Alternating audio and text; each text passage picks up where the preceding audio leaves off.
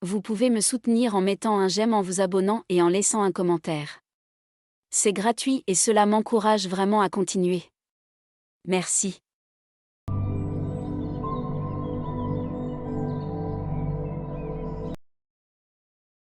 Dans cette vidéo, Eckhart Tolle plonge dans le secret du bonheur des chiens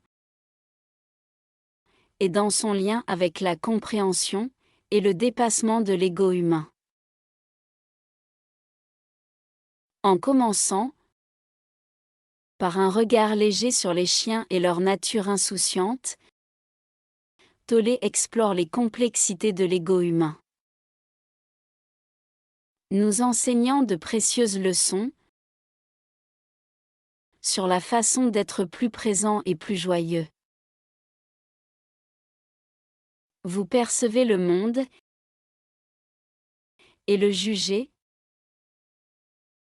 à travers le voile de votre conditionnement mental. Vous ne voyez rien clairement.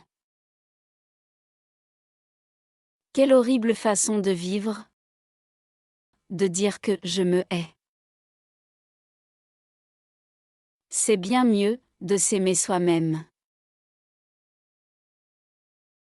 Ainsi, dans les enseignements du nouvel âge, vous apprenez à abandonner cette relation dysfonctionnelle avec vous-même. Et puis, c'est une bonne chose. Il vaut mieux s'aimer que se détester. Vous devez réaliser cette transition. Mais cela ne sera pas facile si la haine de soi est profondément ancrée. Vous devez peut-être mettre des autocollants sur le miroir de votre salle de bain avec des écrits « Je m'aime ». Oh oui. Et partout. Tu es adorable. Oh merci, merci.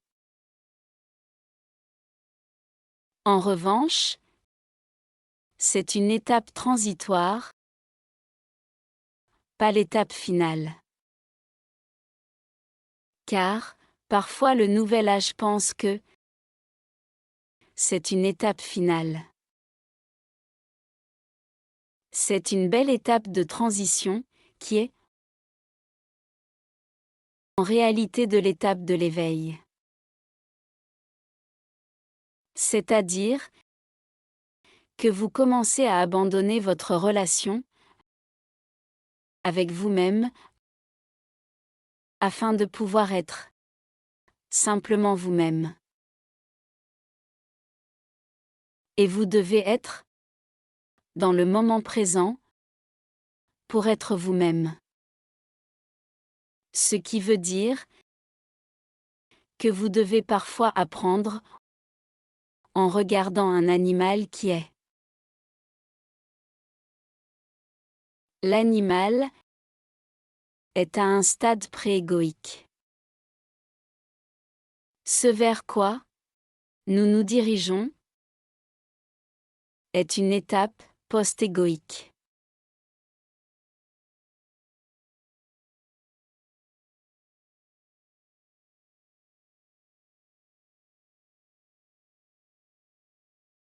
Le chien a une conscience, mais pas une conscience conceptuelle. Il n'opère pas à travers des concepts mentaux. En d'autres termes, le chien n'a pas d'opinion sur vous. N'est-ce pas? Je n'ai jamais rencontré un seul chien qui ait un problème d'estime de soi, par exemple. Ni un problème d'image corporelle. Même le chien le plus laid dit « d'accord ». Parce que la scission n'a pas encore eu lieu, la scission entre lui et lui-même. C'est pour ça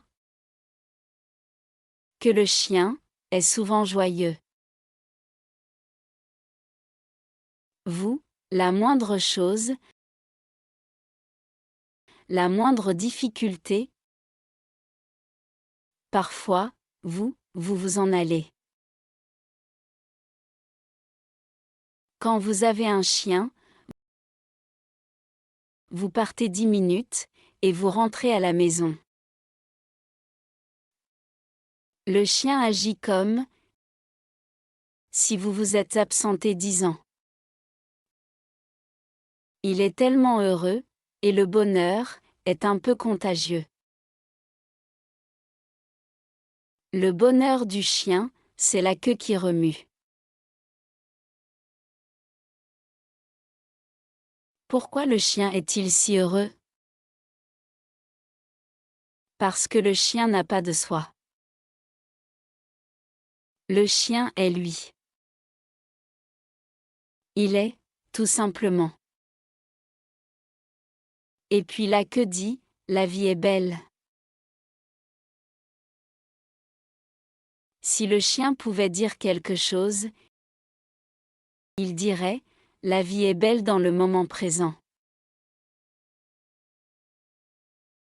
Donne-moi juste ma nourriture, et ensuite ça serait encore mieux.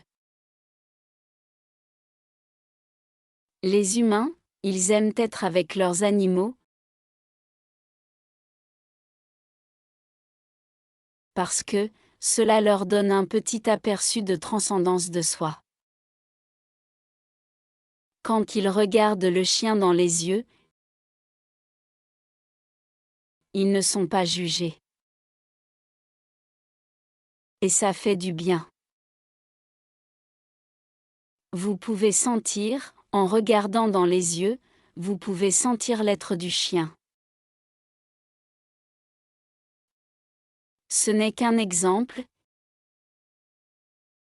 Il peut s'agir d'un chien, ou d'un chat.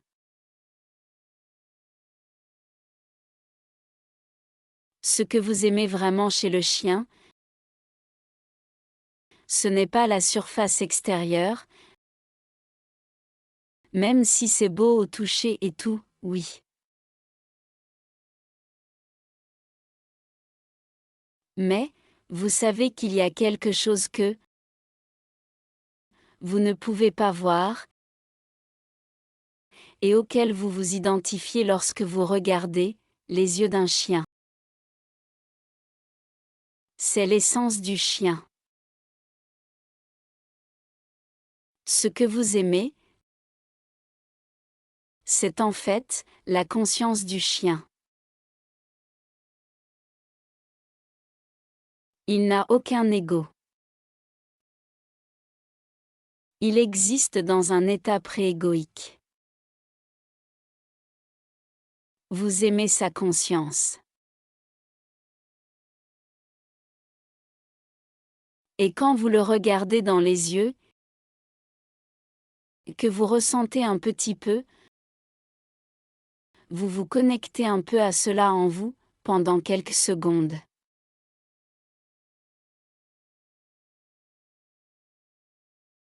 Vous n'avez besoin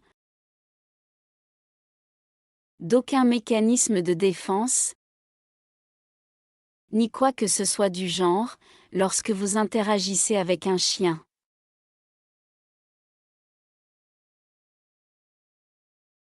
Bien qu'il existe des humains, dotés d'un ego énorme. J'en ai observé quelques-uns, qui se rapportent à leurs animaux de compagnie à travers leur ego. Ils ont une relation avec l'ego. Je connais une femme qui, le soir, donnait de la nourriture à son chat, en laissant la fenêtre ouverte. C'était un de mes voisins il y a des années. Et cette femme était une personne très accomplie, mais avec un ego gigantesque.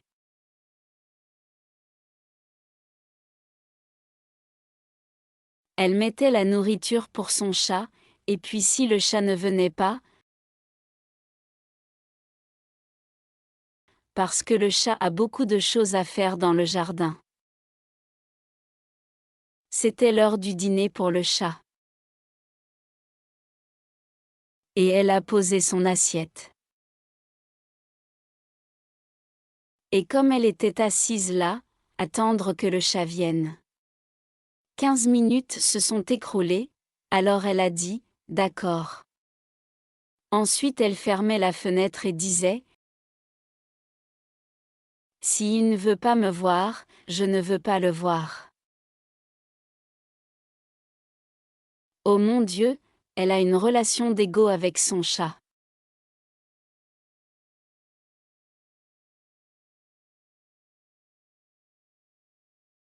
Donc, ayez une relation avec vous-même. Une relation avec vous-même, qui finalement est transcendée, pour que vous puissiez simplement être dans le moment présent. Allons plus loin maintenant.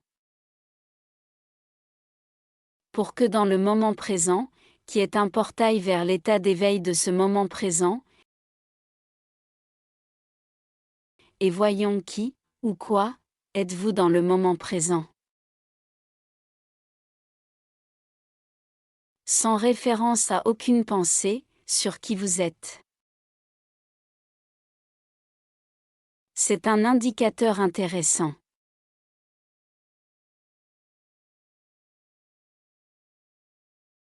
En d'autres termes,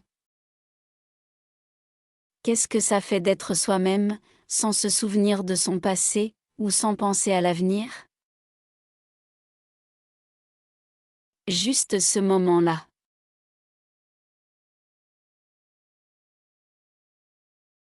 Vous n'avez pas besoin de vous souvenir de votre adresse mail ou quoi que ce soit.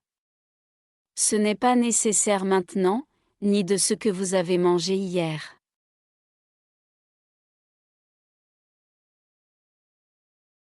Sans référence au passé et au futur, qu'est-ce que ça fait? Disparaissez-vous? Ou que reste-t-il de vous sans le souvenir?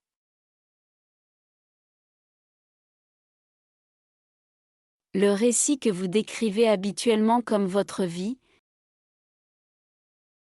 sans se souvenir, vous devez continuellement revivre. Sans cela, qu'est-ce que ça fait d'être vous?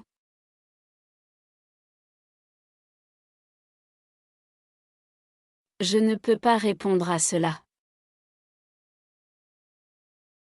Je ne peux que vous le donner à titre indicatif, et ralentir un peu pendant que je parle, pour que vous puissiez peut-être vous renseigner, enquêter intérieurement sur ce que l'on ressent.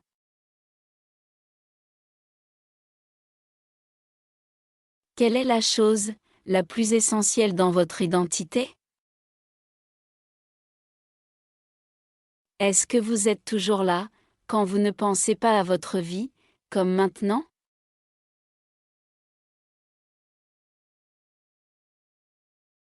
Êtes-vous toujours là, et qu'est-ce que c'est?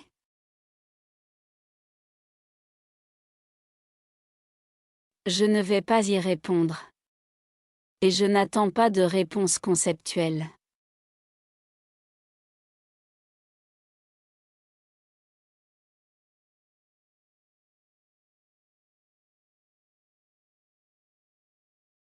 J'avais un ancien professeur spirituel en Inde, dont la méditation préférée consistait à demander à ses disciples de se demander « Qui suis-je » ?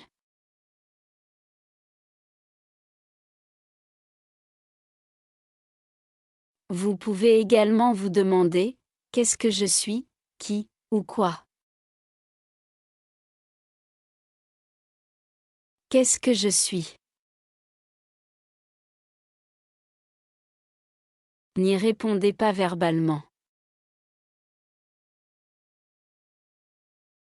Mais ressentez, ou ressentez ce qui signifie être en vie, ou être vous.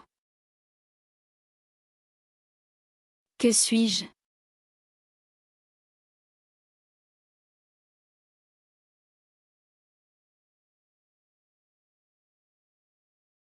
Il y a une lacune dans le courant de la pensée. Alors qu'y a-t-il lorsqu'il y a une lacune dans le courant de la pensée, comme c'est le cas actuellement?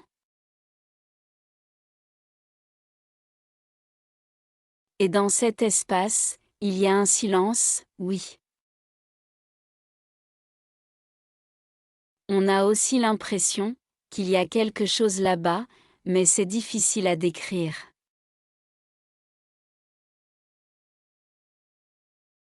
Il y a un sentiment de présence, un sentiment d'être. Et dans ce sentiment de présence, ou d'être, vous savez qui vous êtes. Vous pouvez dire « je suis ». Vous le savez, que sans y ajouter aucun qualificatif, sans rien ajouter au « je suis »,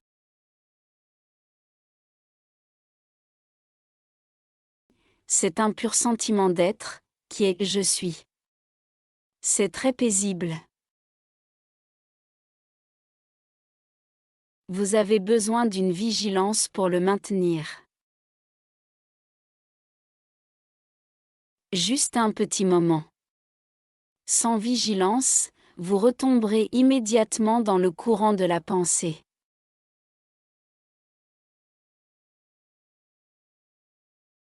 Mais ce n'est pas le cas.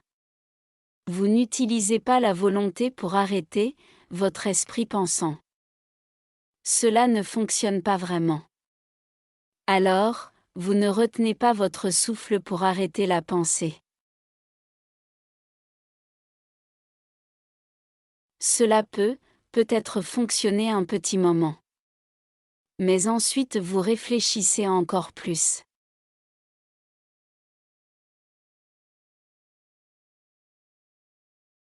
C'est comme une bouilloire bouillante. Tenez-vous le couvercle sur une bouilloire bouillante? Juste de la vigilance.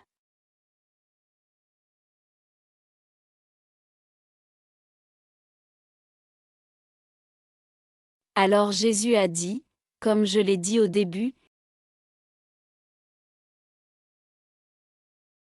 et ce que je vous dis, je le dis à tous, restez éveillés.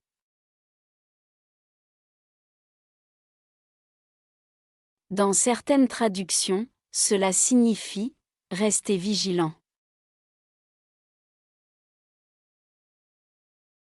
Cette vigilance est une conscience sans pensée. Au premier abord, cela semble être simplement une absence, cela ressemble à ça dans un temps.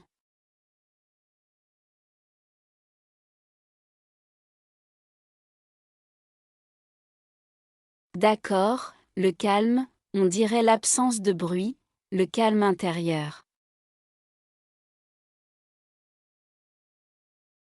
Cela peut paraître au premier abord, comme une sorte de néant. Et pourtant, si vous restez avec cela un petit moment, juste quelques secondes de plus, si vous restez vigilant, alors vous pourrez sentir que ce n'est pas seulement l'absence de quelque chose.